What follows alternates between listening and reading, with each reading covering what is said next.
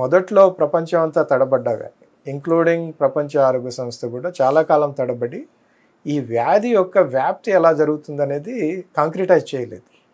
అందువల్ల ఏం చెప్పారు, మీరు చేతులు శుభ్రంగా కడుక్కోండి, శానిటైజర్లు ఉపయోగించండి, దీని మీద ప్రధానమైనటువంటి దృష్టి పెట్టారు. అంటే వాళ్ళు అనుకుంది ఏంటంటే వ్యాప్తి అనేది సాధారణంగా కాంటాక్ట్ ద్వారా జరుగుతుంది అనేది.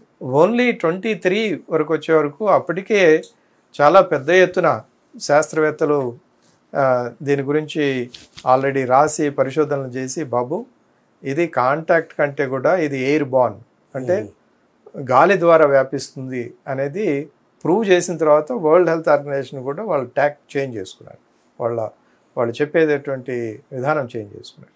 కాబట్టి ఇప్పుడు ఏంటంటే మనకి ఈ మైక్రో ఆర్గానిజం గురించి ఎన్కోవ్, రైట్, దీని గురించి నావెల్ కరోనా వైరస్ ఏదైతే దీనికి ప్రధానమైనటువంటి కారకమైనటువంటి సూక్ష్మజీవి ఉందో దీని గురించి మనకి పూర్తిగా దాని జన్మపత్రి అంటాం కదా, జన్మపత్రి లాగా దాని గురించి మనకు అన్నీ తెలుసు. ఇప్పుడు ఒకే ఒక భయం ఆల్వేస్ ఏంటంటే ఈ కరోనా వైరస్ల జాతి అనేది ఇప్పుడు పుట్టొచ్చింది కాదు, లక్షల ఏళ్ల నుంచి ఉంది. అది సడన్గా ఇలా రూపాంతరం చెందింది.